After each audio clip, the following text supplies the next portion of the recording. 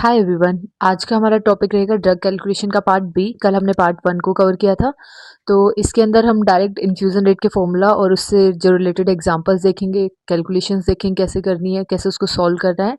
Direct questions भी आए हुए हैं, जीएमसीएच में भी आए हुए हैं। मैं आपको सारे क्वेश्चंस भी दिखाऊंगी जो आए हुए हैं, सो कंफ्यूजन नहीं करते हैं बिल्कुल भी। Let's start. का फर्स्ट फॉर्मूला है इन्फ्यूजन रेट फॉर्मूला।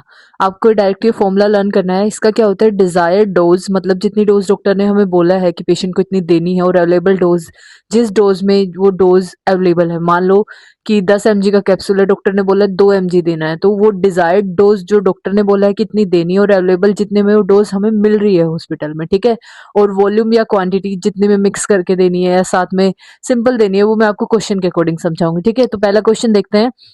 एक डॉक्टर ने प्रिस्क्राइब की है 3 mg पर केजी वेट के हिसाब से सिप्रोफ्लोक्सिन देनी है।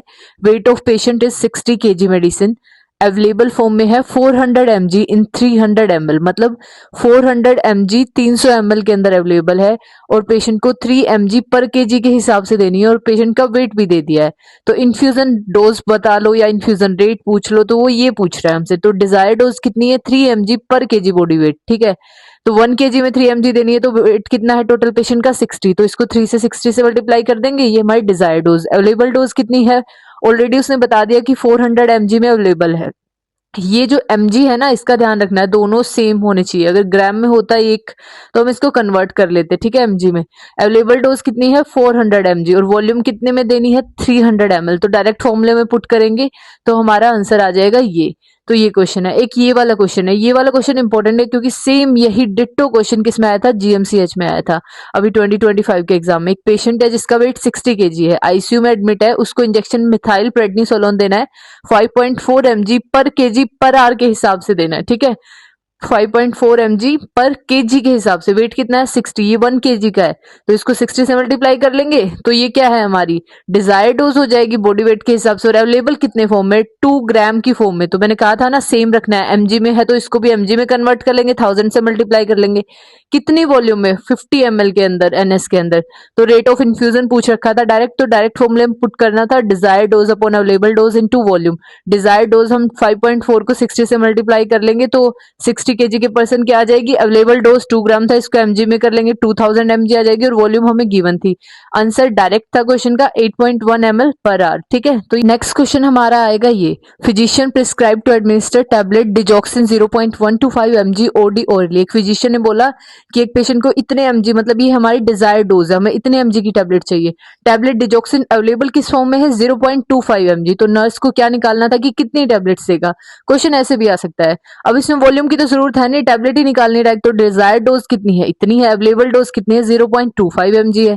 तो हमें फॉर्मूला पता ही है, desired dose upon available dose, और टैबलेट तो एक ही होगी, तो इस हिसाब से निकाल लेंगे वॉल्यूम। इसका कुछ होना नहीं क्योंकि पानी में उसको मिक्स नहीं करना है उसको, तो इसका आंसर आ जाएगा हाफ टैबलेट। इसी तरीके से नेक्स्ट क्वेश्चन क्या हो जाएगा, physician prescribe ampicillin 125 mg IV every 6 hours.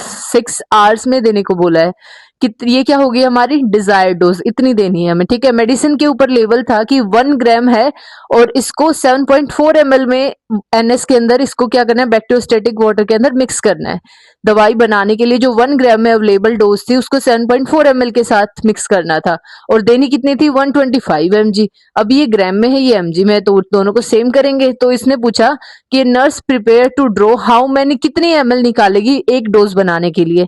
तो desired dose 125 mg, available dose 1 gram. मैंने आपको बताया था 1 ग्राम को चेंज कर लेंगे mg में। क्वांटिटी कितने में, वॉल्यूम कितनी है, 7.4 ml है। डायरेक्ट फॉर्मूले में पुट करेंगे desired dose upon available dose into volume, और आंसर हमारा ये आ जाएगा। ये भी इंपॉर्टेंट क्वेश्चन है।